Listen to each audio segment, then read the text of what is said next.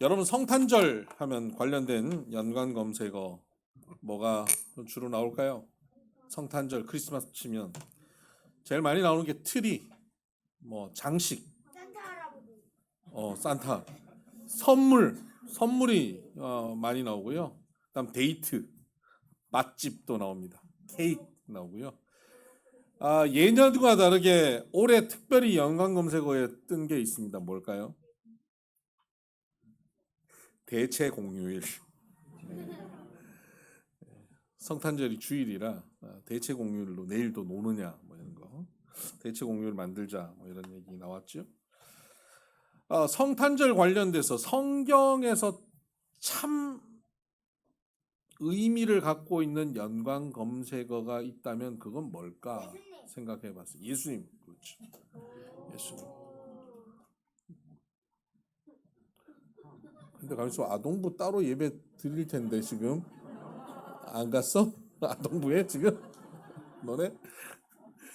너네만 놔두고 지금 갔어. 너네 여기 어른 예배 드릴 거야? 오케이. 얘네는 수준이 되나 봐요. 자, 그래 뭐 어른 예배 드리자. 예수님, 그리고 예수님 기본이고 그러고 나서 연관 검색어, 성경의 가장 핵심되는 연관 검색어, 성탄과 관련된 것 뭘까요? 영광과 평화입니다. 오늘 우리가 본문에서 읽은 것처럼 지극히 높은 곳에서는 하나님께 영광이요 땅에서는 하나님이 기뻐하신 사람들 중에 평화로다. 성탄은 영광과 평화입니다. 근데 그렇구나라고 생각을 하지만 성탄, 하늘의 영광, 땅에는 평화 이런 문구도 많이 보셨죠? 근데 그게 무슨 의미인지를 잘 모르고 쓰고 있어요. 성탄이 예수님 오신 게 뭐가 영광인지, 영광이 뭔지, 평화라는 게 뭐 남북 평화를 얘기하는 건지, 뭘 의미하는지를 잘 몰라요. 오늘 교회를 다니면 최소한 이 정도는 알아야 되지 않겠습니까? 성탄에 있어서 영광과 평화가 어떤 의미인지 요거 우리 한번 정확하게 좀 짚고 갔으면 좋겠습니다. 먼저 영광입니다. 영광은 주로 언제 사용하냐면 왕에게 주로 사용합니다. 왕의 위엄과 권위가 분명히 나타날 때 왕이 영광을 받죠. 그 나라에 왕의 영광이 나타납니다. 근데 왕의 위엄과 권위, 얘네들 이제 조금 재미없는 얘기하니까 나가는 거예요. 눈치는 빨라요. 잘 살겠어 앞으로. 왕의 위엄과 권위는 언제 나타납니까? 왕의 말이 먹힐 때 나타납니다. 왕이 전쟁에 나가서 이 전쟁 우리가 승리한다 하고 나갔는데 패배하고 돌아오면 왕의 말이 먹힐까요? 안 먹힙니다. 근데 어려운 전쟁인데 왕이 내가 나가서 승리하고 오겠다. 근데 승리하고 와요. 그러면 왕이 하는 말이 먹히는 겁니다. 어명이 통하는 겁니다. 어명이요 그러면 사람들이 그때부터 받아들이기 시작합니다. 그런데 왕이 하는 것 말하는 것마다 안 되면 왕이 뭐라고 얘기해도요 신하들이 웃어버립니다. 백성들이 웃어버리죠. 그러면 권위가 서지 않고 위엄이 서지 않아요. 그러면 왕의 영광이 없죠. 그런데 왕의 말이 통하는, 왕이 말씀하면 그것이 힘이 있고 모두 다 그 말씀에 기대가 있고 말씀이 성취되는 모습을 보면 사람들은 왕이 나타날 때 영광이 충만하다는 것을 보게 되는 것입니다. 그리고 사람들은 그 왕에게 영광을 돌립니다. 그 나라의 왕의 영광이 가득하게 되는 것이죠. 이것처럼 하나님께 영광이 나타나는 건 언제 나타나냐면 하나님의 말씀이 이 땅에 이루어질 때 나타나는 겁니다. 요한복음 17장 4절에 보면 예수님께서 이렇게 기도합니다. 내게 하라고 주신 일을, 그러니까 예수님께 하라고 주신 일을 내가 이루어, 하나님께서 하신 그 말씀 일을 예수님께서 이루어서 아버지를 이 세상에서 영화롭게 하여 싸움나이다. 하나님께 영광 돌리고 영화롭게 하는 것 뭐냐면 하나님께서 예수님께 주신 사명, 예수님께 주신 말씀을 이 땅에서 이루는 것 통해서 하나님께 영광을 돌린다는 겁니다. 예수님께서는 이 땅에 말씀이 육신이 되어 오셨습니다. 말씀이 육신이 되어 오셔서 그 육신으로 십자가 지고 부활하는 그 사명을 감당함으로 구원의 역사를 이루어서 하나님의 말씀이 땅에 성취되는 것을 통해서 하나님께 영광 돌린 것입니다. 이것이 성탄의 의미입니다. 성탄은 말씀이 육신이 되어서 말씀이 성취되는 것, 그것을 통하여 왕이신 하나님께서 영광 받으시는 것입니다. 하나님께서는 우리가 죄인 되어 죽을 수밖에 없는데, 그래서 우리를 대신하여 죽을 죄 없는 아들을 이 땅에 보내시기로 결정하십니다. 그것이 하나님의 뜻입니다. 우리는 상상도 할 수 없고 우리는 가히 생각도 할 수 없는 그 일을 하나님이 계획하신 거예요. 그리고 또한 우리는 그 일이 우리에게 일어나야 된다는 필요성도 못 느껴요. 왜? 우리가 죄인인지도 모르고 있었기 때문이죠. 그런데 그때 하나님께서 말씀하시는 겁니다. 말씀하셔서 구약에서 수많은 선지자들을 통해서 하나님의 아들을 보내신다, 메시아를 보내신다 말씀해 주셔요. 그리고 그 말씀을 듣고 깨닫고 기대하는 사람들이 생겼어요. 그리고 그 메시아를 기다리는 사람들이 생겼습니다. 그리고는 어느 날 천사를 통해서 마리아라고 하는 한 여인, 처녀에게 말씀으로 잉태를 명하십니다. 성령이 너를 잉태케 한다라고 말씀하십니다. 여러분, 하나님의 말씀이 이 땅에 성취되기 위해서 처녀인 마리아의 몸을 통해서 그 말씀이 이루어지게 되는 거예요. 근데 여러분, 마리아는 지금 약혼한 상태입니다. 아직 결혼하기 전입니다. 그런데 잉태를 해요. 그럼 어떻게 되냐면 불륜을 저지른 게 됩니다. 그 당시의 문화로는 이 여자를, 부정한 여자를 사람들이 돌로 쳐서 죽이는 거예요. 이것이 그 당시 율법입니다. 그러면 하나님의 말씀이 내게 주어지고 내가 잉태를 하게 되면 죽을 수도 있는 거예요. 그 말씀을 순종하고 그러겠습니다라고 하는 것은 내가 죽겠다는 각오를 해야 순종하는 겁니다. 그때 이 마리아가 뭐라고 얘기하냐면 주의 계집종이오니 말씀대로 이루어지이다 라고 고백합니다. 순종하는 것이죠. 그 순종함으로 하나님의 말씀이 이 땅에서 이루어진 것이에요. 그의 약혼자인 요셉은 마리아가 임신했다는 사실을 알게 됐습니다.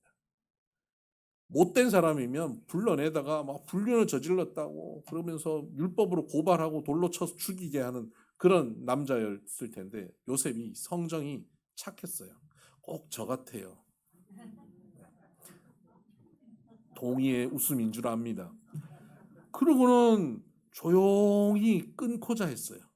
그때 꿈에 하나님께서 사자를 천사를 보내서 하나님의 아들 메시아를 보낸다. 예수를 하라. 이는 구원자다라고 말씀하시죠.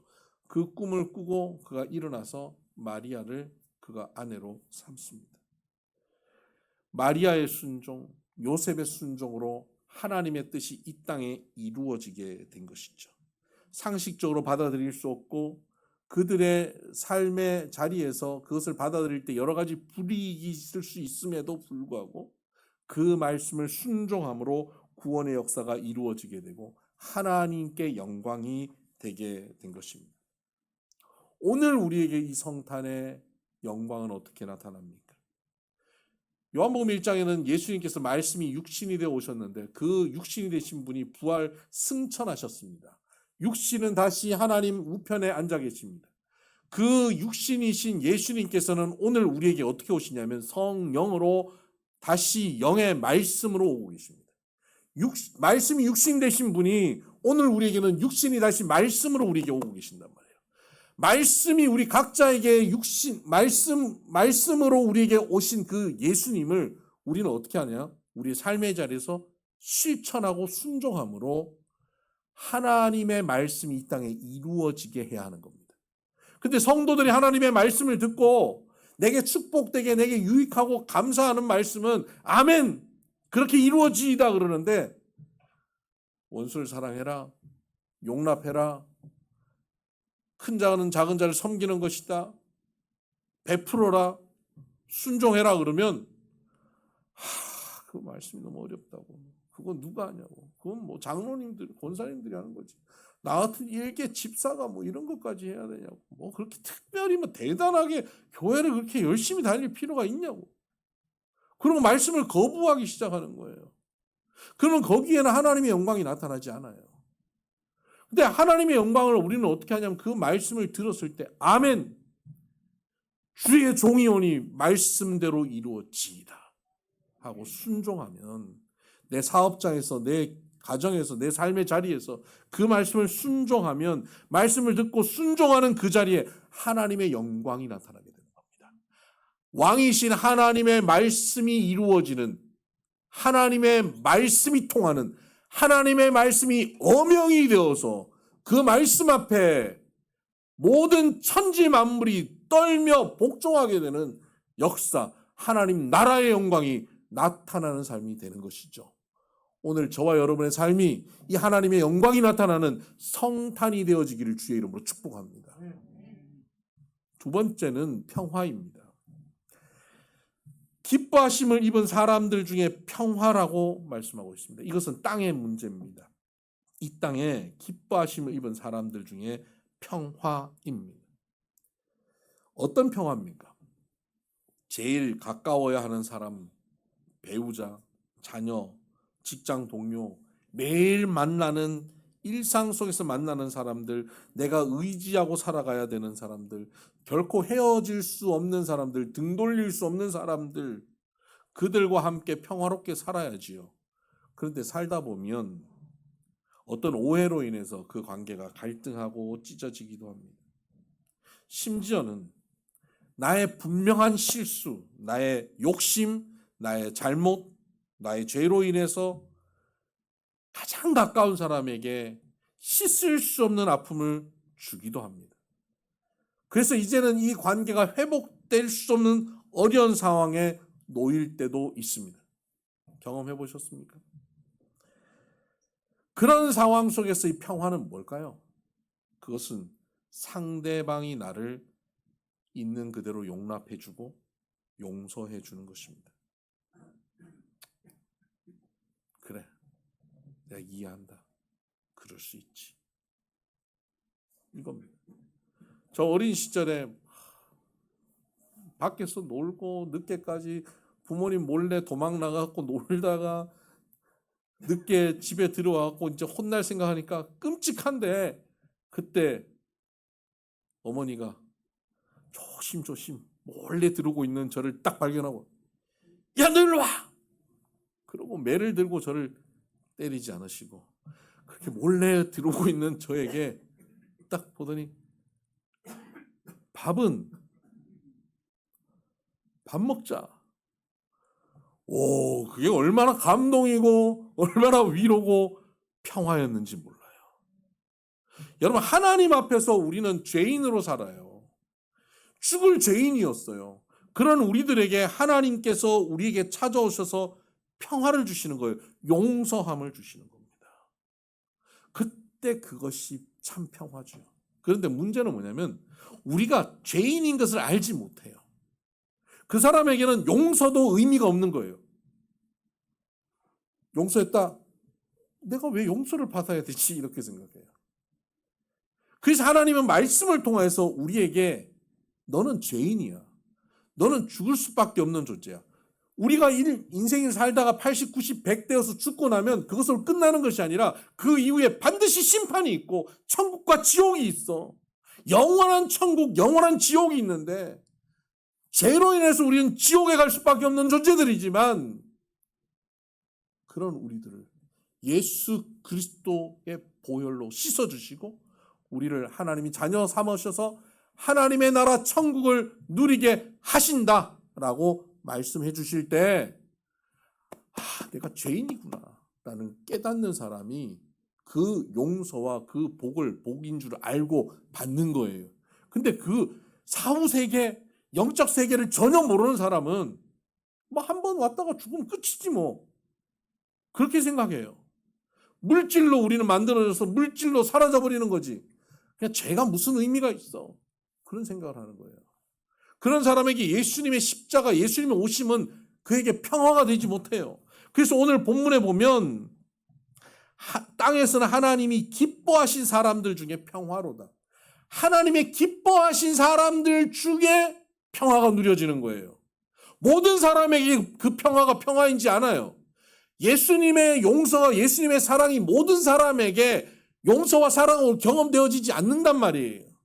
내가 죄인인 것을 인식하고 내가 죽고 나면 영원한 지옥불에 던져질 존재였다는 것을 인식하는, 즉 하나님의 기뻐하심을 입은 사람, 말씀을 통하여 죄인인 것을 깨달은 사람들이 예수님의 오심이 그에게 평화가 되는 것이고 용서가 되는 것입니다.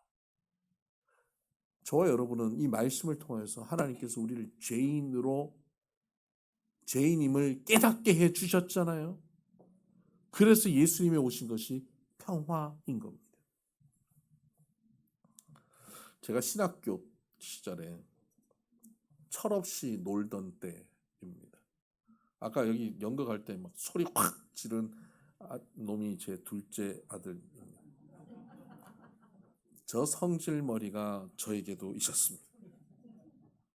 얘는 연기였지만 저는 실제였습니다. 그렇게 성질 좀 부리고 신학교에서 행패 좀 부리고 살았습니다.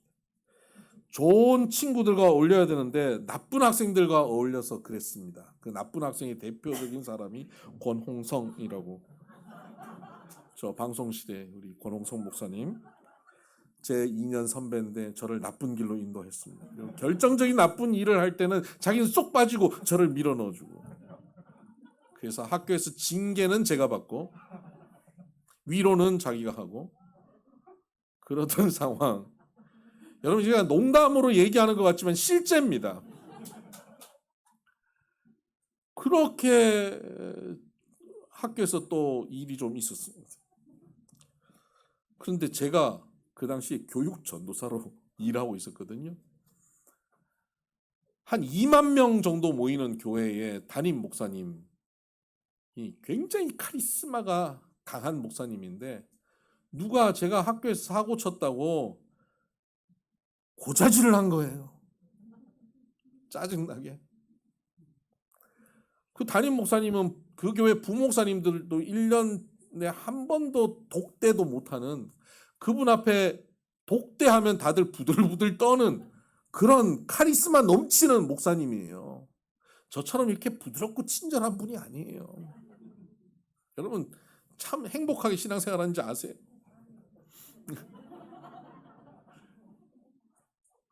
근데 누가 저를 거기 고자질한 거예요. 이야, 끔찍하더라고요. 어느 날 교회 갔더니 제일 높은 부목사님이 저를 불러요. 야, 너 일로 와. 너희 담임 목사님한테 들어가 봐. 예? 빨리 들어가 봐. 제가 담임 목사님 방이 어딘지 알았지만 한 번도 들어가 본 적이 없는데 거기 정말 다리가 후덜후덜거리면서 들어갔어요. 문을 노크를 했더니 저 한쪽에, 방이 얼마나 큰지 저 한쪽에 있어. 들어와요. 문을 열고 이 입구에서 저 목사님 테이블까지, 그 책상까지 거의 한 100m 되는 것 같아요, 느낌에. 거기를 제가 뚜벅뚜벅 걸어가고 90도로 절을 하면서, 목사님 죄송합니다, 잘못했습니다, 이랬더니 목사님이 저를 딱 쳐다보면서 뭐랬는지 아세요? 그럴 수 있죠.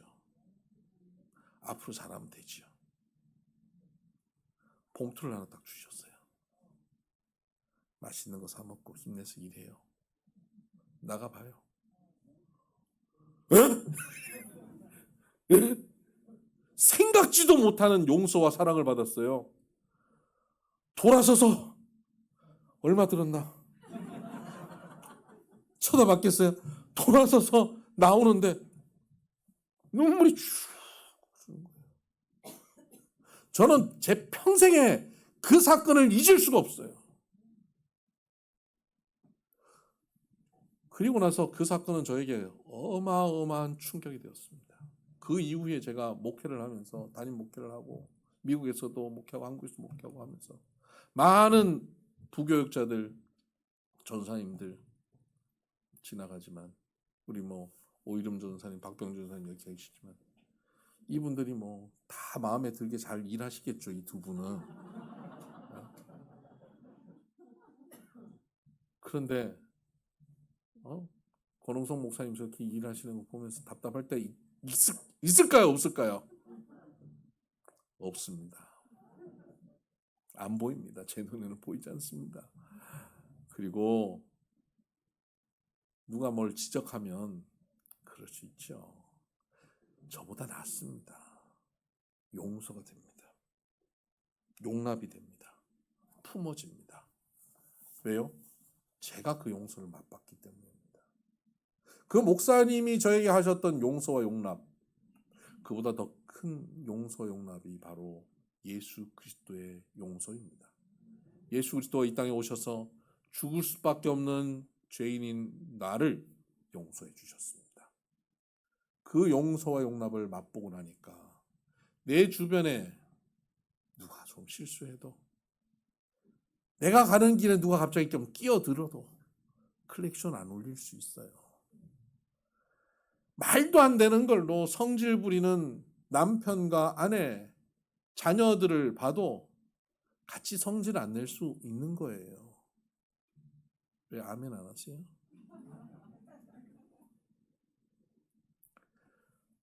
하나님의 용서함을 받고 사랑을 받고 나니까, 그 평화가 누려지니까 내 주변의 이웃들에게 그 평화를 나눌 수 있게 되는 것이죠.